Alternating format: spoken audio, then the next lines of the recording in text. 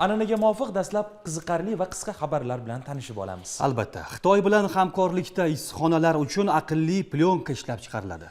Britaniyada siniq guldon $60,000 ga sotildi. Istanbul aeroporti bir vaqtning o'zida 3 ta samolyot qo'ngan va uchgan Yevropadagi birinchi aeroport sifatida tarixga kirdi. Fransiya maktablarida telefondan foydalanish taqiqlanadi. Endi shu kabi qisqa va qiziqarli xabarlar tafsilotiga o'tamiz. Marhamat. Olimlar ekstremal issiq va sovuqqa bardoshli super metallni yaratdilar. Janubiy Koreyaning Pohang fan va texnologiya universiteti olimlari materialshunoslik sohasida katta yutuqqa erishdi. Ular Selsiy bo'yicha 196 daraja sovuqdan 600 daraja issiqqacha bo'lgan haroratlar oralig'ida o'z xususiyatlarini saqlab qoluvchi qotishmani ishlab chiqdi. Yangi yuqori entropiyali nikel asosida qotishma giperadaptor nomini oldi. Uning asosiy xususiyati har qanday harorat o'zgarishlarida mexanik xususiyatlarni barqarorligidir. Bu ilgari metal materiallar uchun imkonsiz deb hisoblanardi. Bunday xususiyatlarning siri qotishma tarkibida bir tekis taqsimlangan L1 nano o'lchamidagi zarralardir. Bu mikroskopik elementlarni mustahkamlovchi karkas vazifasini bajaradi va deformatsiyaning oldini oladi. Ushbu yangilik o'ta muhim harorat tebranishlariga duch kelinadigan sohalarda qo'llanilishi mumkin. Gap kosmik raketalar, reaktiv dvigatellar, avtomobil chiqindi gaz tizimlari, energetik turbinalar va sanoat quvurlari haqida ketmoqda. Xitoy bilan hamkorlikda issiqxonalar uchun aqlli plyonka ishlab chiqariladi.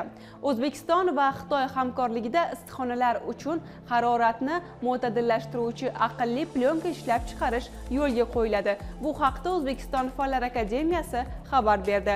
Qayd qilinishicha, Fanlar akademiyasi Materialshunoslik instituti olimlari tomonidan dunyoda ilk bor issiqxonalar uchun mo'ljallangan plyonkalar tarkibiga qo'shiluvchi haroratni mo'tadillashtirish vazifasini bajaradigan nano kompozit zarrachalar sintez qilindi. Bu nano zarrachalar quyosh nurining ultrabinafsha nurlanishini yaqin infraqizil diapazonga aylantiradi. Shu bilan birga bunday fotonlarning issiqlik energiyasi 17-22 darajaga teng bo'ladi. Natijada tashqi harorat -3-7 daraja sovuq bo'lgan holatda ham issiqxona ichidagi harorat qo'shimcha qizdirishsiz +5-+7 daraja iliq haroratgacha saqlanadi. Odatiy plyonkalarda bu ko'rsatkich 0-2 daraja bo'ladi. Issiq kunlarda esa issiqxona ichidagi harorat +5-+8 darajaga pasayadi. Infraqizil diapazondagi fotonlar soni ko'payishi tufayli fotosintez tezlashadi va o'simliklar 1,5-2 baravar tez o'sadi. Shu bilan birga energiya sarfi 60% dan ortiq kamayadi. Hosildorlik 30-50% ga ortadi. Sug'orish uchun suv tejalishi 30% ni tashkil etadi. Agar gidrogenlar qo'llanilsa, bu ko'rsatkich 90% gacha yetadi. Plyonkaning mustahkamligi 3 barobar oshadi. Xitoyda dunyodagi birinchi 10G internet tarmog'i ishga tushirildi. Yangi texnologiya 8K formatdagi 90 GB filmni bir necha soniya ichida yuklab olishga yordam beradi. Huawei kompaniyasi China Unicom bilan hamkorlikda Xitoyning Hebei provinsiyasidagi Sunan hududida birinchi 10G keng polosali internet tarmog'ini ishga tushirdi.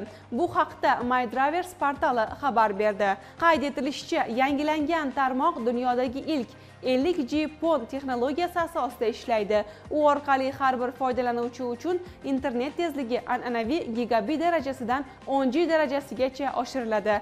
Tarmoqdagi kechikish esa bir necha millisoniyagacha qisqaradi. Sinov davomida yuklash tezligi soniyasiga 9834 megabitni tashkil etgan. Foydalanuvchilarning ta'kidlashicha, 8K formatdagi 90 gigabit filmni yuklab olishga bir necha soniya kifoya qiladi. 10G texnologiyasiga o'tish yuqori o'tkazuvchanlik imkoniyatini talab qiladigan servislar uchun sharoit yaratadi. Xususan, gap 8K formatdagi videolar oqimi, bulutli platformalar, shuningdek qo'shimcha va virtual realliklar haqida ketmoqda. 2025-yil yanvar holatiga ko'ra Xitoyda 4,25 millionda 5G baza stansiyalari faoliyat yurityapti. Bu boshqa davlatlar orasida eng yuqori ko'rsatkich hisoblanadi. Istanbul aeroporti bir vaqtning o'zida 3 ta samolyot qo'ngan va uchgan Yevropadagi birinchi aeroport sifatida tarixga kirdi.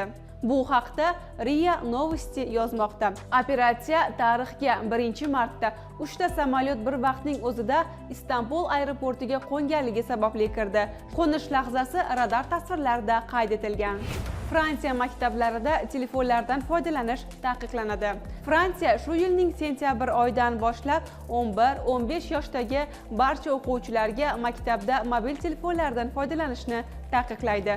Rasmiylarga ko'ra, dars boshlanishidan oldin telefonlar maxsus qutilarga yoki qulflanadigan g'iloflarga solinadi hamda o'qish tugagach egasiga qaytariladi. Sizlarga yetkazmoqchi bo'lgan qisqa va qiziqarli xabarlarimiz shulardan iborat edi. Bizdan uzoqlashmang.